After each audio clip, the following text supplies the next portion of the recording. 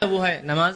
نماز میں کچھ نوافل ہیں، ان کی سب سے پہلے ہم فضیلت دیکھتے ہیں، ان کے فائدے کیا ہیں. فضیلت ایک بار سمجھ میں آئی تو پھر ان نوافل کے اہتمام کی ہم ضرور انشاءاللہ عزیز کوشش کریں. ٹھیک، آئیے چند چیزیں دیکھتے ہیں. سب سے پہلے نوافل کی فضیلت. نوافل کیا ہوتے ہیں؟ بہرحال میں سمجھتا ہوں ہر شخص جانتا ہے. نوافل یہ وہ نمازیں ہیں جو فرض نمازوں سے ہٹ کر ہیں، جو آپ پڑھ سکتے ہیں. کبھی کبھار ان کی تعداد معلوم ہوتی ہے اور کبھی کبھار ان کی تعداد معلوم نہیں ہوتی. مطلب کبھی کبھار متعین تعداد پڑھنا پڑتا ہے اور کبھی کبھار جتنا آپ چاہے دو رکعتیں کر کے پڑھ سکتے ہیں. یہ ہے نوافل.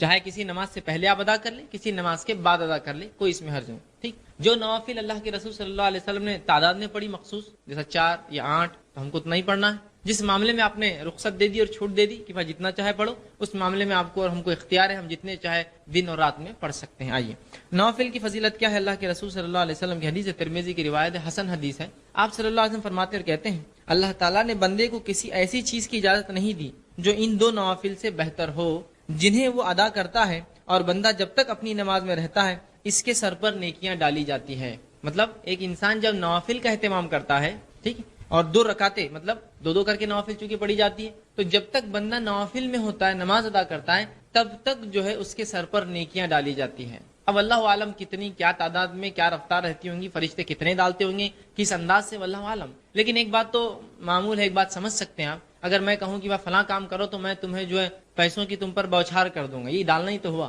تو آپ اندازہ لگا سکتے بولنے والے کی حیثیت سے کتنے ڈالیں گا، وہ کتنے یہ دے سکتا ہے. اب اللہ رب العزت یہ کہہ رہا ہے کہ نوافل کا اہتمام جب بندہ کرتا ہے تو اس کے اوپر نیکیاں ڈالی جاتی. تو اللہ عالم کیا تعداد میں کس رفتار سے کتنے فرشتے ڈالتے ہوں گے. لیکن ایک بات تو بالکل واضح اور کلیئر ہے، بہت زیادہ عظیم اس کا ثواب ہے، یاد رکھیں. بلکہ ایک روایت میں بخاری کی حدیث ہے، اللہ رب العزت فرماتا ہے، حدیث قدسی ہے، کہ اللہ کے رسول صلی اللہ علیہ وسلم فرمایا کہ اللہ فرماتا ہے کہ جب بندہ نوافل کا اہتمام کرتا ہے، ظاہر سی بات ہے فرض کے بعد، نوافل کی جب بھی حدیث میں کوئی فضیلت آپ سنیں تو یاد رکھ لیجیے فرض کے بعد. اگر کوئی بندہ صرف اس حدیث کو سنے اور بولے میں اب نوافل ہی پڑھوں گا جس سے نیکیاں ڈالی جائیں گی، فرض نہیں، تو ثواب نہیں. یاد رکھیے ایڈمیشن ہوگا تو پھر کالج کے اندر آئیں گا تو چیپٹر پڑھنے سے مارکنگ ملیں گی. آپ بولیں گے نہیں بس میں چیپٹر پڑھ لوں گا، نہیں، ایڈمیشن ضروری ہے. تو فرائض پہلے. رسول اللہ فرماتے ہیں جب ایک بندہ نوافل کا اہتمام کرتا ہے، مطلب فرائض تو ہوتے ہیں اس کے، تو اللہ فرماتا ہے کہ جب وہ نوافل کا اہتمام کرتا ہے تو مجھ سے قریب ہو جاتا ہے، اور اتنا قریب ہوتا ہے کہ پھر میں اس کی آنکھ بن جاتا ہوں جس سے وہ دیکھتا ہے. سبحان اللہ. دیکھیے نوافل کا اہتمام کا اس کا فضیلت، اس کا مطلب یہ نہیں کہ اللہ واقعی میں اس کی آنکھ بنتا ہے، مطلب یہ کہ اللہ سبحانہ تعالیٰ اس کو وہ چیز دکھاتا ہے جو وہ چاہتا ہے، اور وہ اس کی میں ہاتھ بن جاتا ہوں جس سے وہ کام کرتا ہے. مطلب یہ نہیں کہ اللہ واقعی میں اس کے جسم میں آیا تھا، اس کا مطلب یہ کہ وہ ہر وہ کام کرے گا جس سے صرف فائدہ ہوگا، جس سے ثواب ملے گا، اور میں اس کی قدم بن جاتا ہوں جس سے وہ چلتا ہے. اب اندازہ لگائیے، اللہ خود اس کی آنکھ بن جا رہا ہے، اس کے ہاتھ بن جا رہا ہے، اس کے قدم بن جا رہا ہے. مطلب اللہ اس کی آنکھوں کے تعلق سے اس نے ذمہ لے لیا، اس کے ہاتھوں کا ذمہ لے لیا، اس کے قدم کا ذمہ لے لیا. وہ ایک انسان جو نوافل کا اہتمام کرتا ہے تو اللہ اس کو وہ کام کراتا ہے جو رب اس سے چاہتا ہے، کہ اس کا ہاتھ بن جاتا ہے، اس کے قدم بن جاتا ہے، اس کی آنکھ بن جاتا ہے. تو نوافل کے بڑے فائدے یاد رکھیں. تو جہاں ہم فرائض کا اہتمام کرتے ہیں تھوڑا سا آگے بڑھ جائیے اس معاملے میں، اور نوافل کا بھی اہتمام کریں. ٹھیک، اب کوئی کہے کہ مجھ سے فرائض میں کوتاہی ہوتی ہے تو میں کہوں گا فوراً اس کوتاہی کو جلدی سے مکمل کیجیے. فرض مجھ سے فجر چھوٹ جاتی جلدی سے مکمل کیجیے، عشاء میرے سے غفلت تھوڑی جلدی سے مکمل کیجیے، اس لیے کہ نوافل کا ثواب ضائع ہو رہا ہے. اس لیے کہ نوافل ہر فرض کے بعد ہے یا فرض عمل کے بعد ہے. اب ہم فرض میں کوتاہی کریں گے تو نوافل چوک جائیں گے. نوافل جس کو میں عام زبان میں کہوں گا یہ آفر ہے، کوئی ایک چیز خرید لیجیے، آفر پا لیجیے اس کے ساتھ. لیکن اب وہ ایک چیز جو اصل ہے خریدنے میں آپ تاخیر کریں گے تو آفر چھوٹ جائیں گے ہاتھ سے. تو وہ اصل کو بھی خرید لیجیے، آفر کو بھی اس کے ساتھ پکڑ لیجیے. تو یہ نوافل آفر سے یاد رکھیں. اور جو اہتمام کرتا ہے، اسی لیے ہم دیکھتے ہیں سلف صالحین میں کہ اللہ ان کی زندگیاں ایسی نمونہ تھی کہ ہر جو بھی کام کیا وہ ہمارے لیے نمونہ بن گیا، اس لیے کہ فرائض کے ساتھ نوافل کا ایسا اہتمام کیا کہ واقعی میں اللہ ان کی آنکھ، ان کے ہاتھ اور ان کے قدم بن گیا، جس سے وہ دیکھتے تھے، جس سے وہ کام کرتے تھے، جس سے وہ چلتے تھے. تو یہ سب فرائض کے بعد ہے. لیکن تو نوافل میں آگے بڑھے، ترجیح دیجیے نوافل کو. ٹھیک، جہاں فرض ہم ادا کر رہے ہیں نوافل کی کوشش کیجیے. ٹھیک، اب ظاہر سی بات ہے نمازوں میں 2 ہی قسم، میں اس کی وضاحت اور کر دوں ورنہ لوگ سمجھیں گے موقعہ کہاں چلے گئے، یہاں سے سنتیں کہاں غائب ہو گئی، سیدھا نوافل بات آ گئی. تو یاد رکھ لیجیے فرض کے بعد جو بھی چیزیں سب نفل ہے. وہ نفل جس کو رسول اللہ نے ہمیشہ عمل کیا اس کو موقعہ کہتے ہیں. وہ نفل جس کو رسول اللہ نے کبھی کبھار کہا اس کو سنت کہتے ہیں. ٹھیک ہے، تو فرض اور نفل چیزیں 2 ہی ہیں. فرض ہو گئی، اس کے بعد نفل میں پھر اقسام ہے کہ موقعہ نفل ہے، یہ مطلب سنت موقعہ کہا جاتا ہے، یا سنت کہا جاتا ہے، یا پھر نفل کہا جاتا ہے. تو سمجھ گئے آپ بات کو. تو میں جب نفل کہہ رہا ہوں تو اس میں موقعہ آ گئی اور سنتیں آ گئی اور وہ چیز جو نفل آ گئی. ٹھیک، موقعہ وہ نماز ہے جو رسول اللہ نے ہمیشہ پڑھی، تعداد متعین ہے. اس کے بعد سنت وہ نماز ہے جو رسول اللہ کبھی پڑھتے اور کبھی آپ سے چوک بھی جاتی، تعداد متعین ہے. جیسے اثر سے پہلے کی 4 سنت ہے، موقعہ نہیں ہے لیکن تعداد متعین ہے. اور نافل وہ ہے جس کی 2 رکعت کر کے جتنی چاہے پڑھی، رسول اللہ نے اس میں کوئی تعداد متعین نہیں کی. ٹھیک، تب آپ سمجھ جائیے نفل سے مراد میں سب نمازیں کہہ رہا ہوں جو فرض سے ہٹ کر ہے. ٹھیک، اب اسے موقعہ جو پڑھیں گا 12 رکعتیں، اس کے لیے جنت میں ایک محل کی پیشن گوئی رسول اللہ نے فرمایا. جو شخص ہر روز اپنی فرض نماز کے علاوہ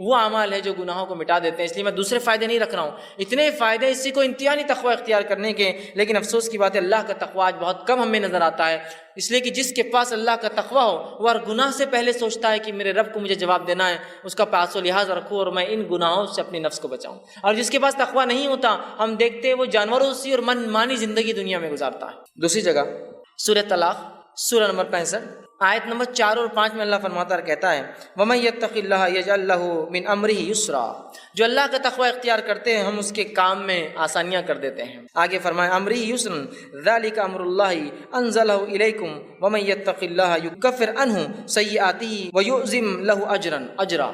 دیکھیے اللہ کیا فرماتا ہے اگلی آیت میں کہ جو اللہ کا ڈر پاس و لحاظ اختیار کرتا ہے اللہ اس کے معاملات آسان کر دیتا ہے، اور اللہ رب العزت آگے فرما رہا ہے کہ اللہ نے جو ہے تمہارے طرف ایک اپنا ایسا حکم اتارا ہے کہ اگر اس حکم کے مطابق تم تقوی اختیار کرو تو اللہ تمہارے گناہوں کو جتنے سیئات ہیں اس کو معاف کر دیں گا، اور اللہ تعالیٰ بہت بڑے اجر دینے پر قادر ہے، بہت بڑے اجر کا مالک ہے۔ تو یہاں بھی دیکھیے تقوی اختیار کریں گے تو معافی کی بات ہوئی، ہمارے گناہوں کو مٹا دینے کی بات ہو رہی ہے۔ تو سب سے پہلا کام مجھے اور آپ کو جو کرنا ہے وہ اللہ کا تقوی اختیار کرنا ہے، اس لیے کہ اس کے بہت سارے فائدے ہیں۔ نبی اکرم صلی اللہ علیہ وسلم جو خطبہ حاجہ پڑھتے ہیں اس خطبہ حاجہ میں یہ آیت آپ بار بار جو ہے تلاوت کیا کرتے تھے، جو میں نے بھی خطبے کے ابتدا میں پڑھی، یا ایھا الذین آمنوا اتقوا اللہ وقولوا قولا سدیدا، اے وہ لوگوں جو ایمان لائے ہو سیدھی اور سچی بات کرو، یصلح لکم اعمالکم، اللہ تمہارے اعمال کی اصلاح کرے گا، ویغفر لکم ذنوبکم، تمہارے گناہوں کو معاف کرے گا۔ تو یہاں بھی دیکھیے اللہ رب العزت نے فرمایا کہ یا ایھا الذین آمنوا اتقوا اللہ، اے وہ لوگ جو ایمان اللہ کا تقوی اختیار کرو، اگر تقوی اختیار کرو گے تو تمہارے اعمال کی اصلاح کریں گا، ویغفر لکم ذنوبکم، تمہارے گناہوں کو بھی معاف کر دیں گا۔ تو یہ بے انتہا ہمارے لیے ضروری ہے کہ ہم اللہ کا تقوی اختیار کریں اگر ہم چاہتے ہیں کہ اللہ ہمارے گناہوں کو معاف کرے۔ دوسرا عمل ہمیں جو کرنا ہے جو قرآن سے ملتا ہے، جس کی اختیار کرنے سے انشاءاللہ ہمارے گناہ دھل جائیں گے، معاف ہو جائیں گے، مٹا دیے جائیں گے، اللہ انہیں بخش دیں گا، اپنی رحمت سے انہیں ختم کر دیں گا، وہ عمل ہے اطاعت رسول صلی اللہ علیہ وسلم۔ نبی اکرم صلی اللہ علیہ وسلم کی اطاعت سارے زندگی کے ہر شعبے میں، پیدائش سے لے کر موت تک، لمیٹڈ ایڈیشن نہیں۔ ہمارے پاس سنت کی بات، اتباع سنت کی بات بہت مختصر ہوتی ہے، کبھی کبھار ہوتی ہے نا، بہت مختصر۔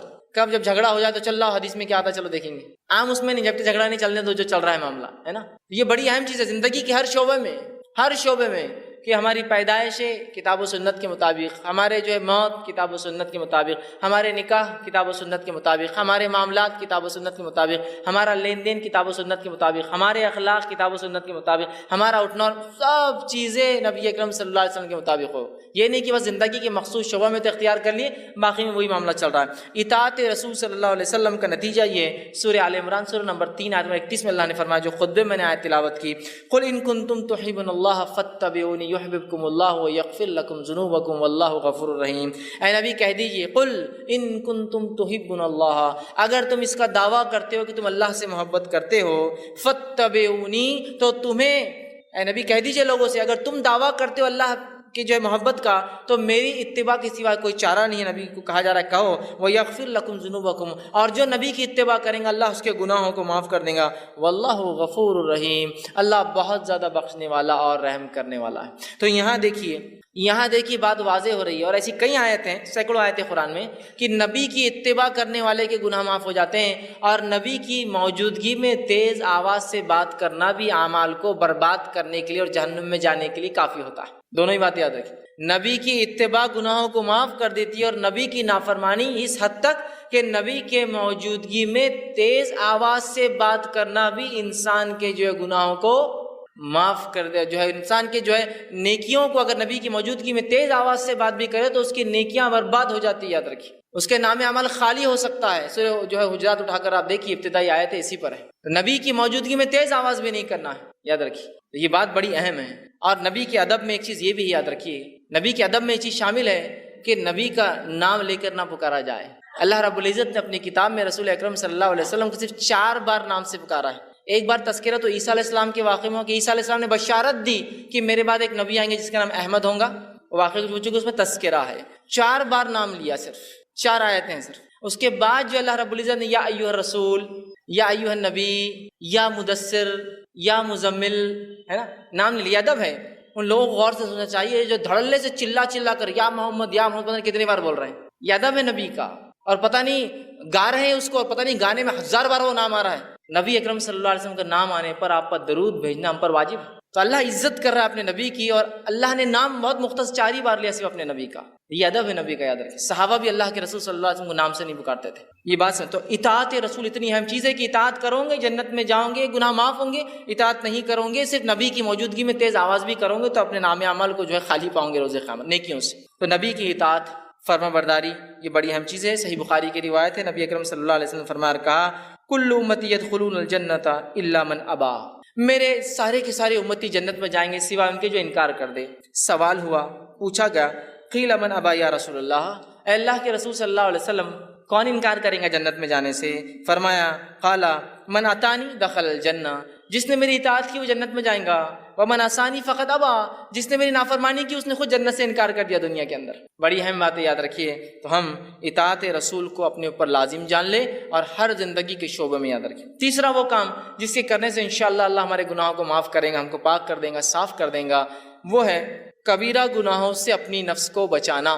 قرآن میں اللہ رب العزت فرماتا ہے سورہ نساء سورہ نمبر 4 آیت نمبر 31 میں، اور کہا ان تجتنبوا کبائر ما تنہون عنہ نکفر عنکم سیئاتکم وندخلکم مدخلا کریما، کہ اللہ فرماتا ہے ان تجتنبوا کبائر، کہ اگر تم کبیرہ گناہوں سے اگر بچتے رہو جس سے تمہیں روکا گیا ہے، نکفر عنکم سیئاتکم، تو ان کبیرہ گناہوں سے بچنے کی بنیاد پہ ہم تمہارے گناہوں کو دوسرے معاف کر دیں گے۔ پتہ چلا کہ کبیرہ گناہوں سے بچنا ضروری ہے اگر صغیرہ گناہوں کو ہم معاف کروانا چاہتے ہیں تو، اس لیے کہ کبیرہ گناہ کے لیے تو توبہ لازم ہے، بچنا بھی ضروری ہے تاکہ صغیرہ گناہ معاف ہو۔ تو کہا اگر تم کبائر سے بچتے رہو تو ہم تمہارے صغائر چھوٹے گناہوں کو، دیگر گناہوں کو، دیگر معاملات کو انشاءاللہ معاف کر دیں گے۔ تو یہاں کہا کہ اگر تم بچتے رہو کبائر سے جس سے روکا گیا تو ہم معاف کر دیں گے، تم سے ہٹا دیں گے سیئاتکم تمہارے گناہوں کو، فرمایا وندخلکم مدخلا کریما، اور عزت کی جگہ مطلب جنت میں تمہیں ہم داخل کر دیں گے۔ تو ہمیں اگر اللہ سے ہم چاہتے ہیں کہ ہمارا صغیرہ گناہ معاف ہو تو کبیرہ گناہوں سے ہمیں اپنے آپ کو بچانا ہے۔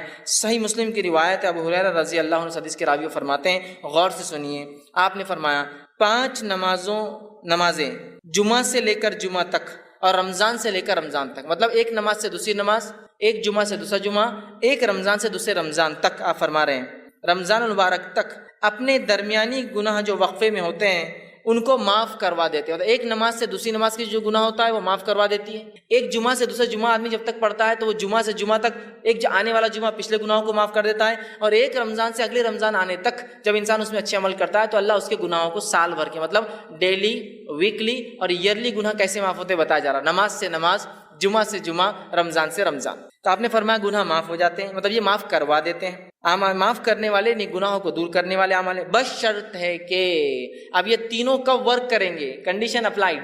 نماز سے نماز کب گناہوں کو معاف کروائیں گی، جمعہ سے جمعہ کب گناہوں کو معاف کروائیں گا، رمضان سے رمضان کب گناہ معاف ہوں گے؟ آپ نے فرمایا بس شرط ہے کہ، کنڈیشن اپلائیڈ ہے کہ کبیرہ گناہوں سے بچتا رہے۔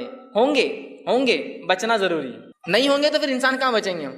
بچنا ضروری ہے۔ میں کبیرہ گناہوں سے اپنی نفس کو بچاتا رہتا ہوں تو لہٰذا میرے صغیرہ بھی معاف ہو جائیں گے۔ تو ایک نماز سے دوسری نماز، ایک جمعہ سے دوسرا جمعہ، ایک رمضان سے دوسرا رمضان، تب معافی ہوں گی جب ہم کبیرہ گناہوں سے بچتے رہیں۔ ورنہ بہت سارے لوگ ہوتے ہیں، یہ ہم لوگ ان باتوں کو سن لے جو حدیث میں آ رہی ہے، ارے بہت اچھی باتیں، اور کبیرہ گناہ سے نہ بچے تو پھر یہ باتیں معافی نہیں دلوانے والی، اس لیے کہ کبیرہ گناہ جو ہے بغیر توبہ کے معاف نہیں ہوتے ہیں۔ اسی طرح چوتھا عمل جو قرآن میں آتا ہے کہ جو انسان اگر اختیار کرے تو اس کے گناہ پچھلے معاف ہو سکتے ہیں، جو خطا کاریاں، جو اس نے جو ہے برے کام، جو سیاہ اعمال وہ کر چکا ہے، جس سے اس کی زندگی پہ دھبے لگے ہیں، اور وہ اگر آخرت میں چلا جائے اس کا رب معاف نہ کرے تو وہ جہنم میں جائیں گا، وہ ہے سچائی کو اختیار کرنا، صدق کو اختیار کرنا، سچ کو اختیار کرنا۔ اس لیے کہ اللہ رب العزت نے سچ اختیار کرنے کے فائدے جو بتائے اس میں سے ایک فائدہ یہ ہے کہ گناہ کو معاف کر دیتا ہے۔ اللہ رب العزت قرآن میں یوں فرماتا ہے، اور سورہ جو زمر کی آیت ہے، سورہ نمبر جو 39 اور اس آیت نمبر 34 اور 35 میں اللہ نے کہا فرمایا والذی جاء بالصدق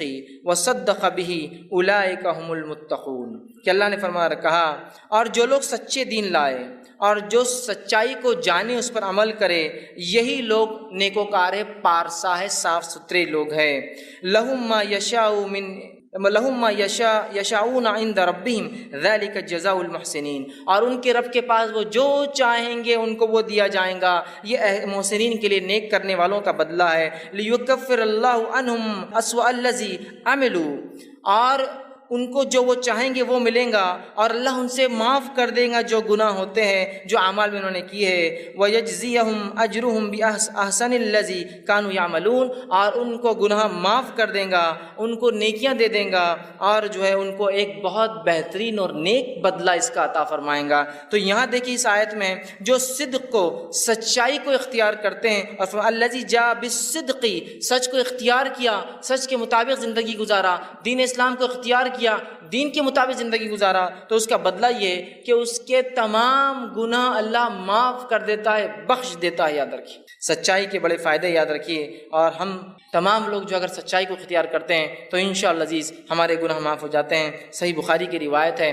عبداللہ ابن مسعود رضی اللہ عنہ حدیث کے راوی فرماتے اور کہتے ہیں، نبی اکرم صلی اللہ علیہ وسلم نے فرمایا، کہا سچ کو لازم پکڑو، کیونکہ سچ نیکی کی طرف رہنمائی کرتا ہے، اور نیکی جنت کی جانب رہنمائی کرتی ہے۔ اور آدمی سچ بولتا ہے اور سچ بولتا ہے اور سچ بولتا ہے، حتیٰ کہ اس کا نام سچوں میں لکھ دیا جاتا ہے۔ اور پھر آگے آپ نے فرمایا، کہا اور یاد رکھو جھوٹ سے بچو، اس لیے کہ جھوٹ برائی کی طرف لے جاتا ہے، اور برائی جہنم کی طرف لے جاتی ہے۔ انسان جھوٹ بولتا ہے اور جھوٹ بولتا ہے اور جھوٹ بولتا ہے، اور اس کا نام کذاب، جھوٹوں میں لکھ دیا جاتا ہے۔ تو ہمارے لیے بے انتہا ضروری ہے ہم سچ کو اختیار کریں، جھوٹ سے بچے، اس لیے کہ اللہ رب العزت جو ہے سچ بولنے والوں کو جو ہے ان کے گناہوں کو جو ہے معاف کر دیتا ہے۔ پانچواں عمل جو قرآن سے ملتا ہے، جس سے کرنے سے ہمارے گناہ معاف ہوتے ہیں، وہ عمل ہے جو ہے صدقے کو چھپا کر دینا۔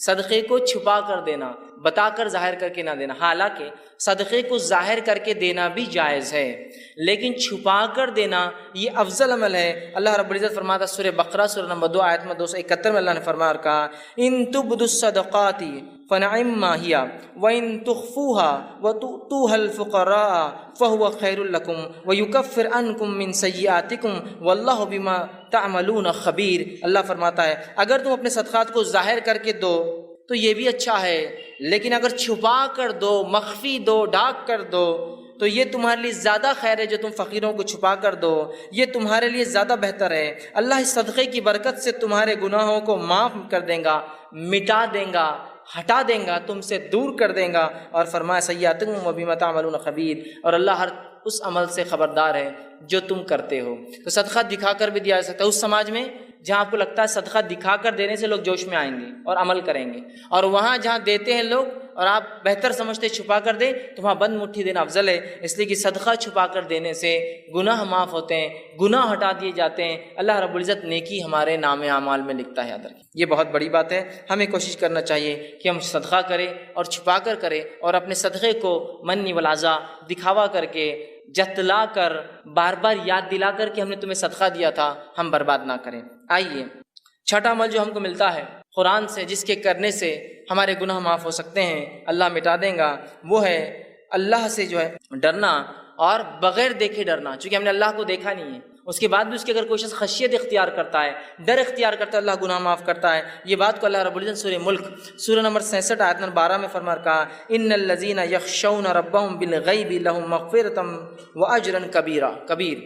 اللہ نے فرمایا یقیناً جو لوگ اپنے رب سے بغیر دیکھے ڈرتے ہیں، خشیت اختیار کرتے ہیں، ان کے لیے اپنے رب کی طرف سے گناہوں کی معافی، مغفرت ہے، اور بہت بڑا اجر آخرت میں ایسے لوگوں کے لیے رکھا جائے گا جو بغیر دیکھے اپنے رب سے ڈر کر گناہوں کو نہیں کرتے ہیں، نیکیوں کو کرتے ہیں، سبقت لیتے ہیں۔ سمجھ رہے ہیں آپ بات کو؟ کتنی اہم بات اس حدیث میں بتایا، جو ہے قرآن کی آیت میں بتائی جا رہی ہے کہ ہم جو ہے اللہ کو بغیر دیکھے کا خشیت اختیار کریں، کہ اللہ تو ہمیں دیکھ رہا ہے، ہم تو نہیں دیکھ سکتے، اللہ دیکھ رہا ہے، اور نیکیاں کریں تو انشاءاللہ ہمارے گناہ اللہ رب العزت جو ہے معاف کر دیتا ہے، اور جہنم سے ہماری جو ہے نجات کر دیں گا۔ اسی طرح ساتواں وہ عمل جس کے کرنے سے گناہ معاف ہوتے ہیں اور نیکیوں میں انسان کا اضافہ ہوتا ہے، وہ ساتواں عمل یہ ہے کہ انسان جو ہے وضو کرنے کے بعد 2 رکعت نماز پڑھے۔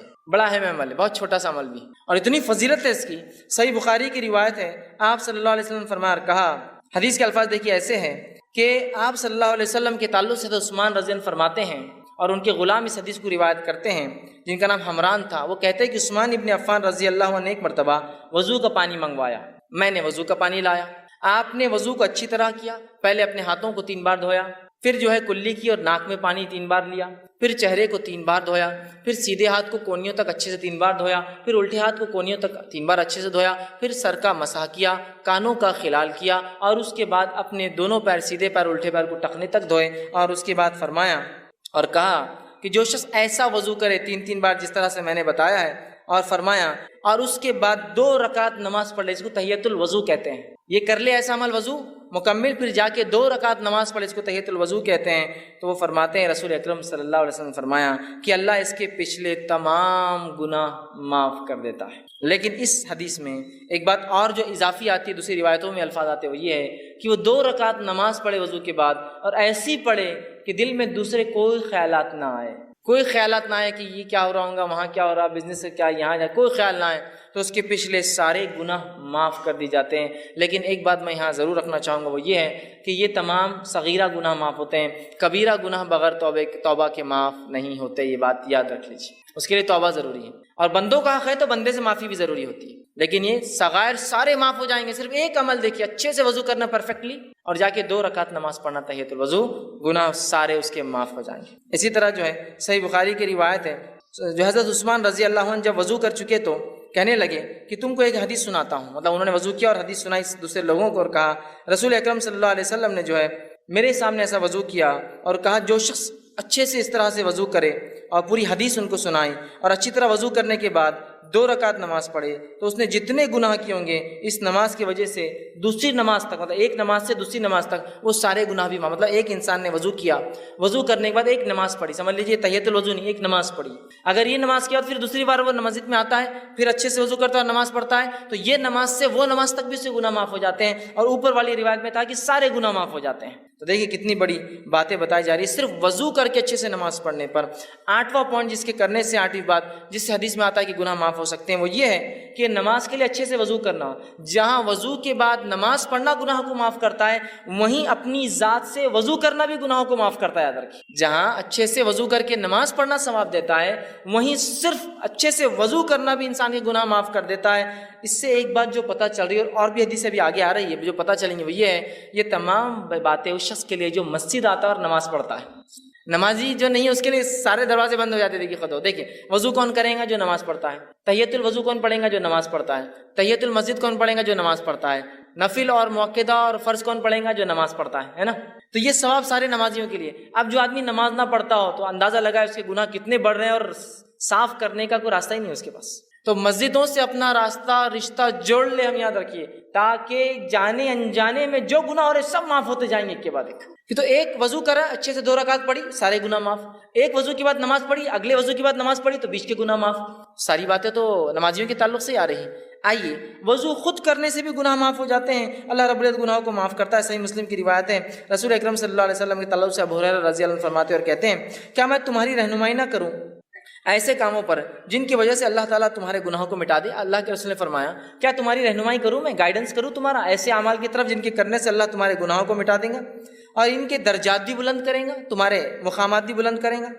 اور لوگوں نے کہا اللہ کے رسول صلی اللہ علیہ وسلم کیوں نہیں، آپ ذرا بتائیے۔ تو آپ صلی اللہ علیہ وسلم نے فرمایا اور کہا، وضو کا پورا کرنا جو ہے سختی اور تکلیف میں، وضو کو اچھے سے کرنا کمپلیٹ، سختی اور تکلیف سے مراد سردی کے دن ہے، پانی ٹھنڈا ہے، گرمی کے دن ہے، پانی گرم آ رہا ہے، اوپر ٹھنڈا گرم ہو چکا ہے دن بھر میں، ہے نا، ہوتا ہے نا۔ تو سردی اور گرمی میں، چونکہ ہم جس علاقے میں ہوتے ہیں ہم کو گرمی کا وضو نہیں معلوم، سردی کا وضو معلوم، صرف تکلیف دہ ہوتا ہے بہت۔ گرمی کا وضو بھی اگر آپ کو دیکھنا ہے تو آپ کبھی دیکھ سکتے ہیں۔ ایک مرتبہ میرا راجستھان کا سفر ہوا پروگرام کے سلسلے میں، وہاں میں گیا، ایک مقام پہ اترا تو صاحب مجھ سے کہنے لگے، آپ کیا غسل لیں گے؟ تو میں نے کہا ہاں، بہت سفر میں تھکان ہو گئی، بڑا پسینہ، گرمی تھی۔ تو کہا بیٹے برف کی سیل ڈال دو وہ بکیٹ کے اندر جا کر۔ وہ پریشان ہوں گے، برف کی سیل بکیٹ میں کیوں ڈال دو؟ اور واقعی میں انہوں نے اچھا کیا تھا، برف کی سیل ڈالی تھی بکیٹ میں، ورنہ وہ پانی اتنا گرم تھا کہ آپ ہاتھ بھی نہیں لگا سکتے اس کو، چونکہ گرمی کی وجہ سے وہاں سردی میں جتنا ٹھنڈا ہوتا ہے تو گرمی میں پانی اتنے 50 ڈگری 60 ڈگری تک چلا جاتا ہے گرم، آپ اسے نہ وضو کر سکتے ہیں نہ اسے نہا سکتے ہیں۔ تو یہاں آپ نے فرمایا تکلیف اور مشقت میں، چاہے سردی کی وجہ سے ہو چاہے گرمی کی وجہ سے ہو، اچھا وضو کرتا ہے، پرفیکٹ وضو۔ یا ایک معنی یہ بھی ہو سکتا ہے بیمار ہے، بہت مشکل ہوتی ہے کچھ حصوں پہ کرنا، پھر بھی وہ اچھے سے کرتا ہے، رک کر انتظار کر کے۔ یا ایک معنی یہ بھی ہو سکتا ہے معذور ہے، بہت تکلیف ہوتی ہے کہ پھر بھی اچھے سے وضو کرتا ہے اپنے رب کو راضی کرنے کے لیے۔ تو کہا تکلیف میں، حدیث کے الفاظ سے تکلیف ہے، باقی سردی کی ہو سکتی ہے، گرمی کی ہو سکتی ہے، معذوری کی ہو سکتی ہے، بیماری کی ہو سکتی ہے، اور مسجد کی طرف جو ہے اپنے قدم بڑھاتا ہے جاتا ہے۔ تو آپ نے فرمایا کہا قدموں کی جو ہے کثرت ہونا اور ایک نماز کے بعد دوسری نماز کا انتظار کرنا جو ہے، یہ فرمایا کہ جو شخص اچھے سے وضو کرے اور مسجد کی طرف جائے، مطلب کثرت سے مسجد کی طرف جاتا ہے اور ایک نماز سے دوسری نماز کا انتظار کرتا ہے، یہ تینوں لوگوں کے گناہ معاف کر دی جاتے ہیں۔ کون؟ پہلا انسان اچھے سے پرفیکٹ وضو کرنے والا، دوسرا کثرت سے پیدل مسجد جانے والا، اور تیسرا فرمایا ایک نماز کے بعد دوسری نماز کا انتظار کرنے والا۔ ان کے گناہوں کے تعلق سے فرمایا آپ نے یہ گناہ معاف کر دی جاتے ہیں۔ آپ نے صحابہ سے پوچھا کیا بتاؤں؟ صحابہ نے کہا بتائیے، آپ نے بتایا گناہ معاف کرنے والے اعمال ہیں۔ دیکھیے یہ باتیں بھی سب نمازیوں کے لیے، پھر یہ بڑی اہم بات ہے، ہم لوگ بس نماز سے جڑ جائیں، مسجدوں سے رشتہ جڑ جائے ہمارا، بس پھر انشاءاللہ عزیز بہت ساری مغفرتیں تو یہیں آتی رہیں گی، بہت سارے اعمال کی معافی ہوتے رہیں گی۔ اسی طرح جو ہے صحیح مسلم کی ایک بہت لمبی روایت ہے، اس روایت کے آخری الفاظ ایسے ہیں، ایک صحابی تھے جو اللہ کے رسول صلی اللہ علیہ وسلم کے پاس آئے، جن کا نام عمرو بن جو ہے ابسا تھا، اور یہ آ کر ایمان قبول کرتے ہیں، غیر مسلم تھے، ایمان قبول کیا، اسلام قبول کیا۔ اسلام قبول کرنے کے بعد اللہ کے رسول بہت ساری باتیں کی، بہت لمبی حدیث ہے۔ حدیث کے آخر میں ایک جملہ آتا ہے، انہوں نے پوچھا اور کہا، میں نے عرض کیا اے اللہ کے رسول صلی اللہ علیہ وسلم مجھے وضو کے بارے میں کچھ بتائیے۔ نبی اکرم صلی اللہ علیہ وسلم نے فرمایا جب تم میں سے کوئی اللہ کا بندہ وضو کا پانی لے کر کلی کرتا ہے اور ناک میں ڈالتا ہے تو اس کے جتنے گناہ منہ سے اور ناک سے ہوئے سارے معاف کر دیے جاتے ہیں۔ تم میں سے کوئی شخص جب وضو کرتا ہے، کلی کرتا ہے، ناک صاف کرتا ہے تو منہ سے ہونے والے اور ناک سے ہونے والے گناہ جو ہے اس کے نتنیوں سے ہونے والے گناہ سب جھڑ جاتے ہیں۔ پھر جب وہ منہ دھوتا ہے جیسے اللہ نے اسے حکم دیا ہے تو چہرے کے سارے گناہ اس کے دھل جاتے ہیں، ٹپک جاتے ہیں، جھڑ جاتے ہیں۔ پھر اپنے ہاتھوں کو جب کونیوں تک دھوتا ہے تو کونیوں تک دھونے سے جو پانی ٹپکتا ہے سارے گناہ ہاتھوں کے جھڑ جاتے ہیں۔ پھر اس کے بعد آپ نے فرمایا کونیوں تک دھوتا ہے تو گناہ اس کے ہاتھوں سے جو ہے انگلیوں کے پور کے راستے سے سارے گناہ جھڑ جاتے ہیں۔ پھر جب سر کا مسح کرتا ہے تو سر اور بالوں سے ہونے والے تمام گناہ جو پانی نترتا ہے اس سے ختم ہو جاتے ہیں۔ پھر جب پیر دھوتا ہے اور انگلیوں کا خلال کرتا ہے تو پیر سے ہونے والے تمام گناہ جو ہے اس میں ختم ہو جاتے ہیں۔ تو دیکھیے وضو کے بعد نمازی نہیں، خالی وضو کرنا بھی سارے گناہوں کو معاف کر دیتا ہے۔ تو ہم کوشش کریں اپنے وضو کو ہم پرفیکٹلی کریں۔ آئیے اس کے آگے بڑھتے ہیں۔ نواں وہ کام جسے کرنے سے ہمارے گناہ معاف ہو جاتے ہیں وہ ہے سورۃ الفاتحہ جب نماز میں پڑھی جاتی ہے تو اس کے بعد آمین کا کہنا۔ نبی اکرم صلی اللہ علیہ وسلم فرماتے، صحیح بخاری کی روایت آپ نے فرمایا، ابو ہریرہ رضی اللہ عنہ حدیث کے راوی آپ نے فرمایا اللہ کے رسول صلی اللہ علیہ وسلم نے فرمایا جب امام آمین کہے تو تم بھی آمین کہو، کیونکہ جس کی آمین فرشتوں کی آمین سے مل جاتی ہے اس کے اگلے گناہ بخش دیے جائیں گے۔ ابن شہاب جو راوی ہے روایت کرتے وہ کہتے ہیں کہ رسول اللہ صلی اللہ علیہ وسلم بھی آمین کہا کرتے تھے۔ دیکھیے حدیث کتنی واضح ہے۔ ابو ہریرہ رضی اللہ عنہ فرماتے ہیں اللہ کے رسول صلی اللہ علیہ وسلم نے فرمایا جب امام آمین کہے تو تم بھی آمین کہو۔ امام کو آمین کہنا چاہیے، اس لیے حدیث کری امام آمین کہے تو تم بھی آمین کہو۔ حدیث بالکل واضح ہے، بخاری کی روایت۔ جب امام آمین کہے تو تم بھی آمین کہو، جب تمہاری آمین اور فرشتے بھی آسمان پہ آمین کہتے ہیں اس کے ساتھ اگر مل جائے تو تمہارے اگلے پورے گناہ معاف ہو جائیں گے، ہے نا۔ دوسری ایک حدیث میں آپ نے فرمایا اور کہا جو صحیح مسلم کی روایت ہے، ابو ہریرہ رضی اللہ عنہ کے راوی اور کہتے ہیں رسول اللہ صلی اللہ علیہ وسلم نے فرمایا جب کوئی تم میں سے آمین کہے تو فرشتے آسمان پر آمین کہتے ہیں، پس اگر بندے کی اور فرشتوں کی آمین مل جائے تو اس کے اگلے گناہ بخش دیے جاتے ہیں، گناہ معاف کر دیے جاتے ہیں۔ کتنی اہم بات ہے نا۔ اب ہم میں سے بہت سارے لوگ آمین بولتے ہی نہیں، تعصب کی بنیاد پر، لا علمی کی بنیاد پر، جہالت کی بنیاد پر۔ یہ تو بات بہرحال ہو سکتی ہے، بہت سے لوگ اختلاف کرتے ہیں آمین تیز بولا جائے ہلو بولا جائے، لیکن جو آیت جو حدیث ہے بخاری کی واضح ہے جب امام آمین کہے تو تم بھی آمین کہو۔ اللہ امام کو کہنا چاہیے، اسی طرح اللہ کے رسول فرمایا جب امام کہے تو تم بھی کہو، ہے نا۔ اور اللہ کے رسول خود کہتے تھے، اس لیے صحابہ نے سنا، پیچھے کہتے تھے تبھی تو سنا نا۔ اب کچھ لوگ کہتے نہیں وہ ہلو سے کہنا چاہیے، ٹھیک ہے اس بات کو بھی اگر میں مان لوں، for the sake of argument بولتے ہیں نا، بحث کے تک ٹھیک ہے بات مان لیں کہ ہلو کہنا چاہیے، لیکن ہلو ہو یا تیز ہو کہنا تو ہے نا، لیکن ہلو ہے اور تیز ہو کہنا تو ہے نا۔ اب دیکھیے ہمارے پاس کیا ہو رہا ہے، غیر المغضوب علیہم ولا الضالین آمین انا اعطیناک الکوثر فصلی۔ اب اس میں تیز اور ہلو آمین کہاں ہے؟ چلیے آپ کہہ رہے کہ نہیں ہلو کہنا، ٹھیک ہے ہلو بولیں گے، لیکن آپ نے تو رکا ہی نا، ایسی گاڑی لے گئی کہ وہ اسپیڈ بریکر پہ سے بھی سیدھا چلے گئے۔ غیر المغضوب علیہم ولا الضالین ٹھیک ہے آپ زور سے نہیں بولنا چاہتے، لیکن بولنا تو ہے نا، دل میں بھی رکنا تو پڑے گا نا۔ بھاگ گئے آپ دوسری صورت کی طرف۔ امام کو چاہیے کہ وہ امامت کے ادب سیکھے۔ نبی اکرم صلی اللہ علیہ وسلم کی واضح حدیث ہے، اتنی بڑی فضیلت کو آپ چھوڑ دیتے اتنے آسانی سے؟ جہاں فضائل ثابت نہیں وہاں تو من مانے فضائل گڑھے جا رہے ہیں کہ یہاں سے کچھ لوگ گئے تو اللہ نے پورے خبر والوں کی مغفرت کر دیا، تم کو کیسے پتہ چلا؟ رسول اللہ صلی اللہ علیہ وسلم تو چلے گئے، وہی تو بند ہو گئی، آج کیسے پتہ چلا کہ فلاں لوگ فلاں جگہ سے گزرے تو اللہ نے پورے مردوں کی والے مغفرت کر دی؟ تھا آپ کو کیسے پتہ چلا؟ تو جو فضائل نہیں آپ بیان کرتے رہو، جو موجود ہے کہ تم آمین کہو جب امام آمین کہے، اس لیے کہ اگر تمہاری آمین فرشتوں کے آمین سے ملتی ہے تو تمہارے گناہ معاف ہوں گے۔ یہ بات کچھ ذرا سمجھ میں نہیں آتی ہم کو۔ کسی کو ڈسٹرب ہو جاتی ہے نماز اس کی، اور انہیں بولا نماز ڈسٹرب ہو جاتی ہے آمین کہنے سے۔ میرے بھائی، اللہ کے رسول صلی اللہ علیہ وسلم کا فرمان ہے، میری اور آپ کی بات نہیں ہے نا، میری اور آپ کی بات نہیں ہے، یہ رسول اکرم صلی اللہ علیہ وسلم فرمان ہے، اور کئی روایتیں ہیں۔ چلیے آپ بولتے ہیں ہلو بولنا چاہیے، لیکن ٹائم تو دیجیے ہلو بولنے کے لیے، وَلَضَّالِّينَ کے بعد، تاکہ وہ کہے آمین۔ دل میں کہنے کو بھی تو ٹائم لگتا ہے نا، انہاتے شروع ہوگا آپ دوسرا ہی سیدھا۔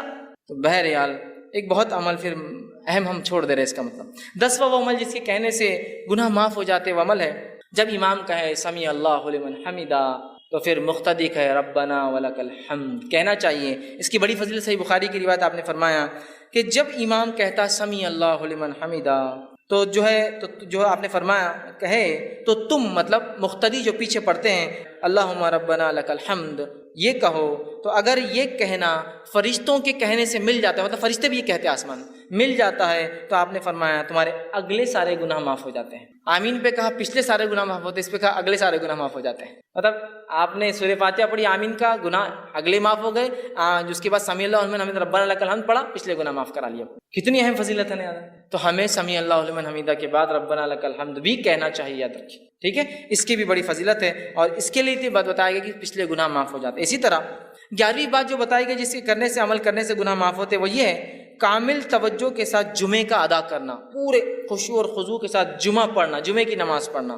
مطلب یہ ہفتے والے گناہ کیسے معاف ہو وہ آگے بات ہے، وہ روز کے گناہ تھے، مطلب نماز سے نماز تھے، اب ویکلی گناہ کیسے معاف ہو سکتے ہیں ہمارے جمعے سے جمعہ۔ آپ نے فرمایا کہا، بخاری کی روایت ہے، سلمان فارسی رضی اللہ عنہ حدیث کے راوی ہے، وہ کہتے ہیں کہ اللہ کے رسول صلی اللہ علیہ وسلم فرمایا کہا، جو آدمی جمعے کے دن غسل کرتا ہے اور اتنا پرفیکٹ جہاں تک ہاتھ جاتا ہے اپنے آپ کو اچھے سے صاف کرتا ہے، اچھے سے دھوتا ہے، پھر فرمایا صفائی کرتا ہے جہاں تک بھی ہاتھ جاتا ہے، پھر اپنے تیل میں سے تیل لگاتا ہے، مطلب اپنے بالوں میں تیل لگاتا ہے، پھر اپنے گھر والوں کی خوشبو میں سے خوشبو لگاتا ہے، مطلب اگر میسر نہ ہو خود کی نہ ہو تو گھر والوں کی خوشبو بھی لگا سکتا ہے، لے کر خوشبو لگاتا ہے، عطر لگاتا ہے، پھر کہتے ہیں پھر نکلے اور مسجد میں آئے اور اگلی صفوں میں بیٹھے، آگے بیٹھے جا کر، اس کے بعد جو ہے 2 آدمیوں کو الگ نہ کرے، مطلب پیٹ انگال کے نہ جائے، 2 آدمیوں کو الگ نہ کرے، اگلی صف میں جا کے بیٹھے، اور اس کے بعد جتنی نماز اس کے مقدر میں ہوتی نماز کو ادا کرے، مطلب جتنی ہو سکتی نفل پڑھے، سنت اور نوافل کا اہتمام کریں۔ جب امام خطبہ دیتا ہے تو خاموش رہ کر غور سے اس کے خطبے کو سنیں کہ وہ کیا کہہ رہا ہے، اور اس کے بعد جمعہ ادا کریں، تو ایسے انسان کے ایک جمعہ سے لے کر دوسرے جمعہ تک تمام گناہ معاف ہو جاتے ہیں۔ جمعہ پڑھنا ہے خشوع اور خضوع کے ساتھ، ویکلی گناہ معاف کروا لینا ہے، اچھے سے نہایا، جہاں جا کر ہاتھ جا سکتا ہے، تیل لگایا، خوشبو، دیکھیے کوئی بھی ایسی چیز نہیں جو آپ بولیں ارے بہت مشکل کام دکھ رہا ہے اس میں سے، کچھ بھی نہیں، پھر تیل لگایا، خوشبو لگائی، مسجد گئے، اگلی صفوں میں بیٹھے، لوگوں کو انگالا نہیں، مطلب خالی جگہوں میں سے گئے، اس کے بعد 2 لوگوں کو الگ نہیں کیا، نزدیک بیٹھے، خود خطیب کو غور سے دیکھا، سنا، جمعہ پڑھی، تو ایک جمعہ سے دوسرے جمعہ اس کے سارے گناہ معاف ہو جاتے ہیں۔ کتنی بڑی بات بتائی جا رہی ہے۔ اسی طرح جو 12واں عمل جو ہے جس سے گناہ معاف ہوتے ہیں وہ یہ ہے کہ جو ہے نماز گناہوں کو مٹانے والی چیز۔ نماز خود بذات ایسا وضو کر کے نماز پڑھنا ہے، وضو کرنا گناہ مٹاتا ہے، نماز بھی گناہوں کو مٹاتی ہے۔ صحیح مسلم کی روایت ہے، نبی اکرم صلی اللہ علیہ وسلم فرمایا، عبداللہ بن مسعود رضی اللہ عنہ اس حدیث کے راوی وہ کہتے ہیں اور فرماتے ہیں، ایک آدمی رسول اللہ صلی اللہ علیہ وسلم کے پاس آیا اور عرض کیا، اے اللہ کے رسول صلی اللہ علیہ وسلم، میں نے ایک عورت کے ساتھ زنا چھوڑ کر باقی سب عمل کیا ہے، صرف زنا نہیں کیا۔ حدیث کے الفاظ دیکھیے، اس نے کہا، یا رسول اللہ صلی اللہ علیہ وسلم، ایک عورت سے میں نے مزہ اٹھایا مدینہ کے کنارے، اور میں نے سوائے جماع کے اس کے ساتھ سب کچھ کیا، زنا چھوڑ کر باقی سب کچھ کیا، آپ میرے بارے میں حکم لگا دیجئے، سزا دے دیجئے، کیا میری سزا ہوتی ہے گناہ کی؟ ٹھیک ہے۔ اللہ کے رسول جو ہے صلی اللہ علیہ وسلم کے ساتھ حضرت عمر کھڑے تھے، کہا، حضرت عمر نے کہا، جس گناہ کو تم نے چھپ کر کیا تھا کاہے کو آ کر بتایا لوگوں کے سامنے، توبہ کر لیتے اپنے رب سے خاموشی میں۔ زنا کی تو سزا ہے، اس کی کوئی حکم نہیں ہے نا، یہ تو گناہ ہے، اس کے لیے توبہ کرنا ہے۔ تو کہا، جو گناہ تم نے چھپ کر کیا تھا اب کاہے لوگوں کے سامنے تم نے آ کر بتایا، چھپا لیتے، ٹھیک ہے۔ تو وہ شخص وہاں سے چلا گیا، رسول اکرم صلی اللہ علیہ وسلم نے اس کو واپس بلایا، کہا ادھر آؤ۔ وہ شخص واپس لوٹ کر آیا، اور واپس آنے کے بعد آپ نے کہا، اس شخص کو کہا اور فرمایا اور کہا، چونکہ وہ شخص آیا تھا اور اللہ کے رسول کے ساتھ نماز بھی پڑھی تھی، چونکہ اس کی آگے کی تفصیلی روایت آگے آ رہی ہے، وہ میں انشاءاللہ وہ بھی رکھتا ہوں، تو آپ نے فرمایا، کہا، اقم الصلاۃ طرفا النہار وزلفا من اللیل، کہ نماز قائم کرو دن کے وقت اور رات کے حصے میں، ان الحسنات یذہبن السیئات، اس لیے کہ نیکیاں گناہوں کو دور کر دیتی ہے، ذالک ذکر للذاکرین، اور یہ قرآن ایک ذکر ہے ان لوگوں کے لیے جو نصیحت حاصل کرتے ہیں، ذکر کرنے والے ہیں۔ تو یہاں دیکھیے کہ ان الحسنات یذہبن السیئات، نیکیاں جو ہے گناہوں کو مٹا دیتی ہے، چونکہ اس شخص نے نماز پڑھی تھی، آپ نے اشارہ کر دیا نماز پڑھو، مطلب اب تم رب سے اگر معافی مانگنا چاہتے ہو اپنے گناہوں کی تو کثرت سے نماز پڑھو۔ اسی جو ہے واقعے کے آگے اور ایک تفصیلات صحیح مسلم میں آتی ہے. وہ تفصیلات ایسی آتی ہے کہ ایک شخص نبی اکرم صلی اللہ علیہ وسلم مسجد نبوی میں آیا، آپ کے ساتھ آپ بیٹھے ہوئے تھے صحابہ کے ساتھ. آ کر اس آدمی نے کہا اور کہا اللہ کے رسول صلی اللہ علیہ وسلم مجھ پہ حد قائم کر دیجیے، میں نے ایسا ایسا کام کیا ہے، گناہ کا کام کیا جس سے مجھ پہ حد قائم کر دیجیے. آپ صلی اللہ علیہ وسلم نے اس کا چہرہ اپنا پھیر لیا، وہ سامنے سے آیا، پھر چہرہ پھیر لیا، پھر سامنے سے آیا، پھر چہرہ پھیر لیا، پھر سامنے سے آیا. اذان ہوئی، آپ صلی اللہ علیہ وسلم نے اقامت دی گئی، آپ نے نماز پڑھائی، اس نے نماز ساتھ پڑھی. نماز کے بعد پھر آگے اور کہنے لگا کہ مجھ پہ حد قائم کیجیے، میرے سے یہ گناہ ہوئے. تب اللہ کے رسول صلی اللہ علیہ وسلم اس سے کہا اور پوچھا جس وقت تو گھر سے نکلا تھا تو کیا تو نے اچھی طرح وضو کیا تھا؟ جب تو یہاں کے لیے آیا تھا مجھ سے ملنے تو نماز کا وقت بھی تھا، تو نے گناہ کیا تھا وضو کر کے آیا؟ تو اس نے کہا کیوں نہیں، میں نے کیا تھا اللہ کے رسول صلی اللہ علیہ وسلم. پھر فرمایا کہ ہمارے ساتھ تو نے نماز بھی پڑھی؟ تو اس نے کہا ہاں میں نے آپ کے ساتھ نماز بھی پڑھی ہے. تو آپ نے فرمایا کہا اللہ نے جو ہے تجھے بخش دیا ہے اور تیری کوئی حد نہیں، اللہ نے تجھے معاف کر دیا ہے، تیری کوئی حد نہیں. یاد رکھی. تو یہ روایت اس طرف اشارہ کر رہی ہے کہ انسان جس سے گناہ ہو جاتے ہیں، گناہ ہوئے ہیں جو پاسٹ میں پچھلی زندگی میں اس نے کیے ہیں، اب لوگوں کے سامنے جا کر رسوا ہونے کی ضرورت نہیں ہے. اپنے رب کے سامنے کثرت سے نماز ادا کرے، کثرت سے نماز پڑھے، اس لیے کہ نمازیں ان الحسنات یذہبن السیئات، نیکیاں گناہوں کو دھو ڈالتی ہے، مٹا دیتی ہے. تو ہم نماز کی دیکھیے کتنی فضیلت ہے. اس لیے میں نے شروع میں کہا تھا نماز پڑھنے والوں کے بڑے فائدے، اس لیے کہ وہ بہت ساری فضیلتوں کا فائدہ یوں ہی اٹھا لے رہے بغیر سوچے سمجھے. اسی طرح صحیح بخاری کی روایت رسول اللہ صلی اللہ علیہ وسلم فرمایا کہا کہ جو فرشتے اس شخص کے لیے دعا کرتے رہتے ہیں جو اپنی نماز کی جگہ اس وقت تک بیٹھا ہوتا ہے، جیسا جہاں نماز پڑھی اور وہیں بیٹھا ہوتا ہے جب تک کہ جو ہے اس کا وضو ٹوٹ نہ جائے، فرشتے اس کے لیے مغفرت کی دعا کرتے ہیں، اللہ اس کو معاف کر، اس کو بخش دے، اس پر رحم کر. جب کوئی وضو کرتا ہے، مسجد آتا ہے، نماز پڑھتا ہے اور جس جگہ نماز پڑھی وہیں بیٹھا ہے، ذکر کر رہا ہے، اذکار کر رہا ہے، تب جب تک وہ وضو میں رہتا ہے تب تک فرشتے اللہ کے دعا کرتے ہیں اللہ اسے معاف کر، اس پر رحم کر، اس کی مغفرت کر، اس کو بخش دے. نماز پڑھنا ایک بہت بڑا عمل ہے، یاد رکھیے اس کو ہم کریں، یہ معاف کر. اسی طرح 13واں وہ عمل جس کے کرنے سے اللہ سبحانہ تعالیٰ ہمارے گناہوں کو معاف کرتا ہے وہ یہ ہے، اتنا آسان عمل ہے کہ جس کی کوئی انتہا نہیں. یاد رکھیے اس عمل کی. اور نبی اکرم صلی اللہ علیہ وسلم نے اس عمل کے تعلق سے ہمیں بتایا، صحیح بخاری کی روایت ہے. حدیث کے الفاظ دیکھیے اس طرح سے، بخاری کی روایت آپ نے فرمایا، ابو ہریرہ اس کے راوی اور وہ کہتے ہیں رسول اللہ صلی اللہ علیہ وسلم فرمایا اور کہا جو شخص دن میں 100 مرتبہ سبحان اللہ و بحمدہ کہتا ہے، جو شخص دن میں 100 مرتبہ سبحان اللہ و بحمدہ کہتا ہے، اس کے گناہ مٹا دیے جاتے ہیں خواہ سمندر کی جھاگ کے برابر ہو. صرف 100 مرتبہ کیا پڑھتا ہے؟ سبحان اللہ و بحمدہ. اپنے رب کی پاکی جو شخص 100 مرتبہ دن میں سے بیان کرتا ہے اس کے تمام گناہ معاف کر دی جاتے ہیں، حتیٰ کہ اگر وہ گناہ سمندر کی جھاگ کے برابر بھی ہو. یہ تمام باتیں صغائر کے تعلق سے، صغیرہ گناہوں کے تعلق کتنے بھی ہو، سبحان اللہ و بحمدہ 100 مرتبہ پڑھے، گناہ معاف. صحیح بخاری کی دوسری روایت اس میں ابو ہریرہ رضی اللہ عنہ فرماتے اللہ کے رسول صلی اللہ علیہ وسلم فرمایا اور کہا، اور آپ نے فرمایا 2 کلمے ایسے ہیں جو رحمان کو بڑے پیارے ہیں، زبان پر بہت ہلکے ہیں اور میزان میں بہت بھاری پڑیں گے، سبحان اللہ و بحمدہ و سبحان اللہ العظیم. ٹھیک. تو یہاں پہلی روایت میں کہا سبحان اللہ و بحمدہ، جو شخص 100 مرتبہ پڑھتا ہے اگر اس کی برائیاں گناہ سمندر کے جھاگ کے برابر بھی ہو تو یہ اس کو مٹا دیتا ہے. یاد رکھیں. تو ہم کوشش کریں کثرت سے اس ذکر کو کریں. 100 مرتبہ میں سمجھتا ہوں بہت آسان ہے، ہر نماز کے 20 باندھ لے تو 100 ہو جاتے 5 نمازوں کے بعد. بہرحال کوئی چاہے تو ایک ساتھ بھی پڑھ سکتا ہے. اسی طرح جو ہے 14واں وہ عمل 14 جو ہے وہ عمل جسے کرنے سے گناہ مٹ جاتے ہیں، اس عمل کے تعلق سے آپ نے فرمایا، اور وہ عمل ہے جسے 100 گناہ معاف ہو جاتے ہیں، 100 سنس معاف ہو جاتے ہیں. وہ کیا ہے؟ ابو ہریرہ رضی اللہ عنہ فرماتے، صحیح بخاری کی روایت آپ نے فرمایا اور کہا جو شخص لا الہ الا اللہ وحدہ لا شریک لہ لہ الملک ولہ الحمد وہو علی کل شیء قدیر، ایک دن میں 100 بار کہتا ہے لا الہ الا اللہ وحدہ لا شریک لہ لہ الملک ولہ الحمد وہو علی کل شیء قدیر. عام زبان میں اس کو چوتھا کلمہ بولتے ہیں. جو شخص اس کو 100 مرتبہ پڑھتا ہے تو آپ نے فرمایا اس کا ثواب کیا ہے؟ 10 گردن آزاد کرنے کا ثواب، 10 غلاموں کو آزاد کرنے کا ثواب. 100 نیکیاں لکھی جاتی، 100 اس کے بارے میں جو ہے جس کو کہیں گے گڈ ڈیڈز لکھے جاتے ہیں، نیکیاں لکھی جاتی ہیں. پھر فرمایا اس کی 100 نیکیاں لکھی جاتی ہے اور 100 برائیاں اس کی مٹا دی جاتی ہے، اور شیطان کے وسوسوں سے، شکنجے سے، اس کے جو ہے بہکانے سے، پھسلانے سے وہ شخص جو ہے شام تک محفوظ رہتا ہے. جب سے پڑھا صبح سے لے کر شام تک محفوظ رہتا ہے. دیکھیے کتنا آسان کلمہ ہے. اس کلمے کو جو 100 مرتبہ 10 غلام آزاد کرنے کا ثواب، 100 نیکیاں لکھ دی جاتی ہے، 100 برائیاں مٹ جاتی ہے، اور اس صبح سے لے کر شام تک شیطانی پورے حملوں سے وہ اپنے نفس کو محفوظ کر لیتا ہے. تو ہم کوشش کریں کثرت سے جو ہے اس کلمے کو پڑھیں، بہت آسان ہے یاد رکھیں. اسی طرح 15واں عمل جس کے پڑھنے سے جو ہے گناہ معاف ہوتے جو حدیث میں آتا ہے وہ یہ ہے نماز کے بعد تسبیحات کا کہنا.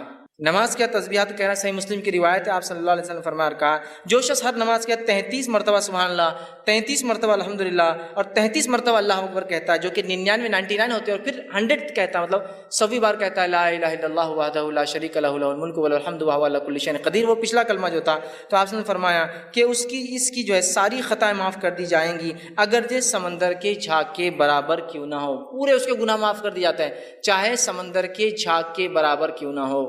کتنا آسان ہے نا، 33 مرتبہ سبحان اللہ، 33 مرتبہ الحمدللہ، 33 مرتبہ اللہ اکبر، آخر میں کہنا ہے لا الہ الا اللہ وحدہ لا شریک لہ لہ الملک وله الحمد وهو على كل شيء قدیر۔ اور رسول اکرم صلی اللہ علیہ وسلم ہر نماز کے بعد یہ کیا کرتے تھے، آپ کا یہ معمول تھا، یاد رکھیے، عادت شریفہ تھی کہ ہر نماز کے بعد یہ ذکر و اذکار، اور بھی ہے لیکن اس میں یہ بھی شامل آپ ہمیشہ کیا کرتے تھے۔ ہم بھی کوشش کریں کہ ہر نماز کے بعد معمول بنا لیں کہ ہم ان تسبیحات کو جو ہے پڑھیں۔ 16واں وہ عمل جس سے کرنے سے گناہ معاف ہونے کی جو بشارت دی گئی، بات بتائی کہ وہ یہ نیک لوگوں کی مجلس میں بیٹھنا، اللہ کا ذکر جہاں ہو رہا ہے اس مجلس میں بیٹھنا، یہ ہے اس کا ثواب یہ کہ اس سے بھی پچھلے گناہ معاف کر دیے جاتے ہیں، انسان کی مغفرت کر دی جاتی ہے۔ صحیح مسلم کی روایت ہے، بہت لمبی حدیث، ابو ہریرہ رضی اللہ عنہ حدیث کے راوی ہے، اس حدیث کے اندر ہے کہ فرشتے جو ایسی مجلسوں کو ڈھونڈتے رہتے ہیں جہاں اللہ کا ذکر ہوتا ہے، جب وہ ایسی مجلسوں کو پا لیتے تو ایک دوسرے کو اشارہ کرتے ہیں کہ ویسی مجلس مل گئی جہاں اللہ کا ذکر ہو رہا ہے، اور پھر سارے فرشتے آ جاتے ہیں اور وہ فرشتے جمتے جاتے ہیں، حتیٰ کہ جو ہے بہت اوپر تک، جو آسمان تک جو فرشتے جو قطار در قطار جو جم جاتے ہیں، اور جو ہے اس کے بارے میں پھر جو ہے اللہ رب العزت ان سے پوچھتا ہے، حالانکہ اللہ کو پتہ ہوتا ہے کیا ہے، تو اللہ پوچھتا ہے کہ میرے بندوں کو کیسے پایا، وہ کیا کر رہے تھے، تو کہا اللہ وہ جو ہے تجھ سے جنت کا سوال کر رہے تھے، اور کیا کس چیز سے پناہ مانگ رہے تھے، اے اللہ وہ تیرے بندے جو جمع تھے وہ جہنم سے پناہ مانگ رہے تھے، تو اللہ رب العزت فرشتوں کو گواہ بنا کر کہتا ہے اے فرشتوں تم اس چیز پہ گواہ رہنا کہ میں نے ان بندوں کو جو ہے بخش دیا ہے، ان کو جو ہے معاف کر دیا ہے۔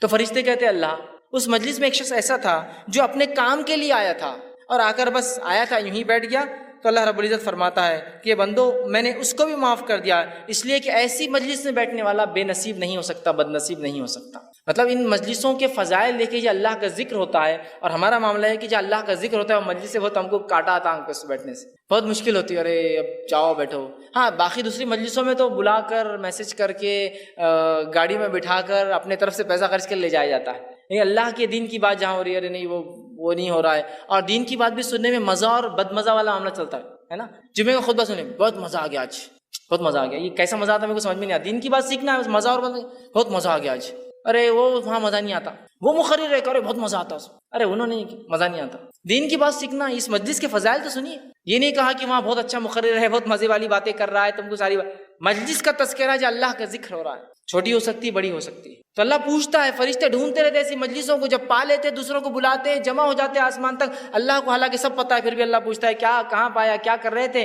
کیا مانگ رہے، تو کہا اللہ جنت کا سوال کرتے ہیں، کس چیز سے بچنا چاہتے تھے اللہ، تجھ سے جہنم سے جو ہے بچنا چاہتے ہیں، اللہ کہتا ہے فرشتوں گواہ رہنا میں نے معاف کر دیا۔ فرشتے کہتے ہیں اس مجلس میں ایسا ہی انسان تھا جو یوں ہی آ کر بیٹھا تھا، اللہ نے کہا، اللہ سبحانہ تعالیٰ فرماتا ہے یہ مجلس ایسی نہیں ہے جس میں بیٹھنے والا جو ہے بد نصیب ہو، مطلب وہ بھی اس کا فائدہ اٹھا لیتا ہے۔ اندازہ لگائیے اللہ کے ذکر کا کتنا بڑا فائدہ ہے، ہم کوشش کریں ایسی مجلسوں میں جائیں اور اس کا اہتمام کریں کہ اللہ کا ذکر ہو، ورنہ ہمارے پاس جو مجلسیں ہوتی ہے دنیاوی بات، فالتو باتیں، اور پتہ نہیں کیا کیا مجلس سجتی، مجھے بہرحال بتانے کی ضرورت نہیں، کوئی حرام کاریوں کی مجلس سے سجا رہا ہے، کوئی برائیوں کی مجلس سے سجا رہا ہے، لوگوں کو دعوت دی جاتی ہے، اور جب دینی مجلسوں کا بات آتا ہے لوگوں کے آنکھ پہ کاٹے کھڑے ہو جاتے ہیں، اس لیے کہ وہاں بہت مشکل ہوتی ہے، وہاں مشکل ہوتی ہے، بہرحال اس کو سمجھ نہیں۔ اسی طرح 17واں وہ بات، وہ گناہ، وہ عمل جس سے کرنے سے گناہ معاف ہوتے ہیں، وہ یہ ہے کہ گناہ کی بات فوراً اللہ کی طرف رجوع ہونا، گناہ ہوا اللہ کی طرف رجوع ہو جائیے کہ اللہ مجھ سے یہ گناہ ہوا، اور توبہ کرنا فوراً یہ گناہوں کو معاف کر دیتا ہے۔ ابو ہریرہ رضی اللہ عنہ حدیث کے راوی، بخاری کی حدیث ہے، آپ صلی اللہ علیہ وسلم نے فرمایا کہا، حدیث کچھ اس طرح سے کہ نبی اکرم صلی اللہ علیہ وسلم سے جو ہے آپ نے فرمایا کہا،